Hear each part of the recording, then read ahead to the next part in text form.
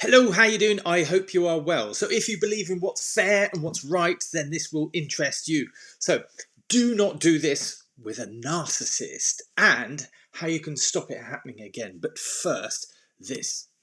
Hi, I'm Will Perry and I help make complex theories simple. It's not good enough to understand, we need to take action. I'm not clinically trained, but I've been an executive coach since 2001. I was head of action learning at the BBC. But in the last 13 years, I've been focused on this one question. Why do we get so stuck and what's it got to do with this shadow side? How I help people. Firstly, I can do it for you. I can work really intensely, closely, or I can do it with you in the small online groups. Or you can do it yourself with the online program. But also I've got lots of free content and free programs, so come and find out more. Do like, subscribe and share. But here is the video of the day. The video of the day is me. Hello. So you need to toughen up. So that's not a message that many people will give. You need to toughen up.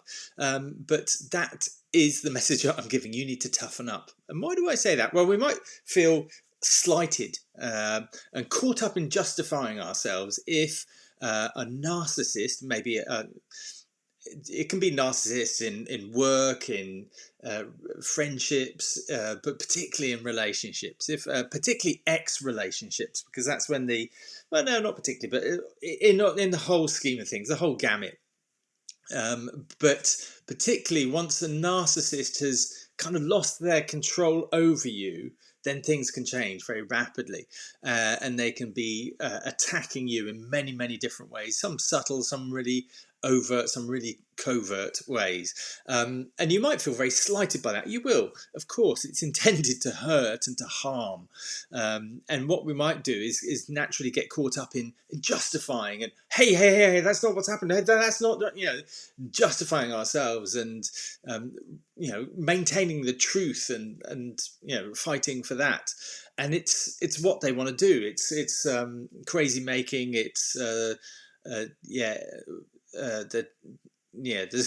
been a scientific word for it, developed by American psychologists, head fucking. So it messes with your head. So it's a known thing to just crazy making. It's just and what we do is try to justify, try to rectify, try to put forward the truth that, but that's not what you need to do. What you need to do is actually to grow. So that's a tricky thing. How do we grow? Well, what's the alternative to you growing, because you control you? The alternative is to try and justify, try and prove. But it's so difficult. If you look at Amber and Johnny, it's so difficult to look at, or any other cases like that. It's so difficult to prove somebody was abusive towards you. So because it's all done behind closed doors and covert. The evidence, it can go either way. We all have narcissistic traits within us. It's the patterns that make us either narcissistic personality disorders, or that create an overwhelming sense that somebody is narcissistic. It's the patterns, not the individual traits. We all have traits of that. We have traits of ADD. We have traits of autism. We have traits of but it's how reliable these traits are, how consistent these traits are. With narcissists, they're very consistent, very persistent. So it's really difficult to prove. And like I said about the control, once you've come out of a relationship particularly, or come out of control, so in a work relationship or in a friendship, when you're starting to grow and develop and they're trying to put you down, they're trying to try different ways, and you've found ways to combat that and overcome that, then what they'll do is often turn the table around and call you the narcissist, call you the abuser, call you the, and it's like, what? And that can really work wonders for side swiping you, for really wrong footing you, for really your head. So that's really well known. That's a common thing. That's why you can get what appears to be two narcissists calling the other narcissist an abuser, but or two people calling each other abusers and narcissists, and it's like, what, it's really difficult to see what's happening. Of course, and it's really difficult to prove it. So a narcissist will turn the tables and call the other one the abuser, and say, oh, I was the victim, in all of this, I was the victim. And then it's like, what? So you can't, it must be the other one. Was it, and of course, the trait of a victim of abuse will be that they will question themselves. Oh my God, was it me? Was I abusive? Was I, because we all have traits of narcissism, but that would be really uncomfortable with somebody that's with low self-esteem. And do you get the picture? It's a really, really difficult thing. And if particularly in a relationship, once the separation has happened, the control has gone from the controlling narcissist, then they will absolutely, it's very well known, play the victim and call you the narcissist. So good luck with that one. Of course, what you want to do in those situations is refute the allegations. You need to learn how to stand firm, which is something you probably struggle with. You need to learn how to stand firm, stand in your power, stand strong like a bull, as I referenced in my previous video. And you need to work on you to be able to do that. So you need to learn how to stand in your power. You need to learn how to be strong. You need to learn how to say no and not feel guilty. You need, which is what I talked about in the previous video. And if you haven't seen the previous video, then either search it or ask me and find out and all that stuff.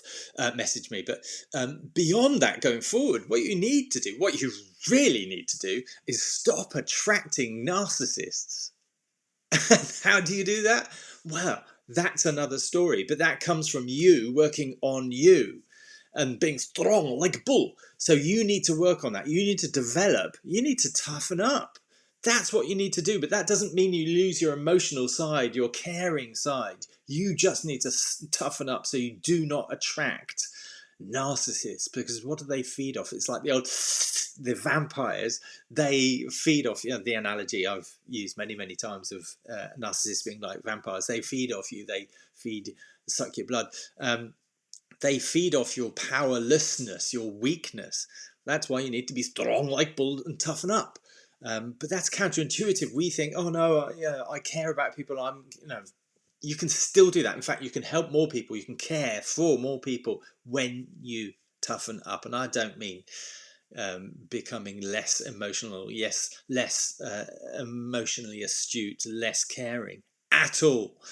In fact, it's more in tune with your own emotions, but being able to stand firm when you need to stand firm, being able to refute allegations, nasty allegations that are being pointed towards you, even in public, especially in public, because if it's just closed door, couldn't give a shit, don't care, whatever, la la. But when it's put out there to others, for others to see and hear, and it's like, oh, just a minute, that's not true, that I didn't know. That's when it starts to impact on you. That's when you need to be able to stand firm and not be rocked by this stuff, because narcissists will do that. So my invitation to you is to come and have a conversation. If this is of interest to you, I've been on this journey. That's hello. So the last 13 years, while I was so focused on 13 years plus, I like 13 years plus. It's so nice rather than having to remember exactly how many years. I've been focused on this because it's been my personal journey, because it's been an arduous and difficult journey with learnings along the way. And I always think I'm open to. Don't we all think we're open to learning? Oh yeah, I'm open to learning. Give me, But when you get the lessons, life lessons, they're often tough, and you can't see what's actually going on sometimes because we're held by our own negative beliefs, but the negative beliefs which are held in our subconscious that we're not aware of. And those are the ones that take the blinkers off. But how do you access them? So that's tough. That's tough to do, and that's exactly kind of the work that I enjoy helping people through. So if that sounds of interest, come and find out. Find out how we help you do that. If that's of interest, I hope so. Get in contact if it is, but you need to toughen up, and there's huge benefits for toughening up. Not least the kids. If you have kids, then they'll learn the value of valuing oneself, and that's what I mean by toughening up. Standing in your power, being strong like a bull, but not bulldozing. And that's a different thing. All right, many thanks. Hope you're well. Have an awesome rest of the day. Speak to you soon. All right, bye-bye.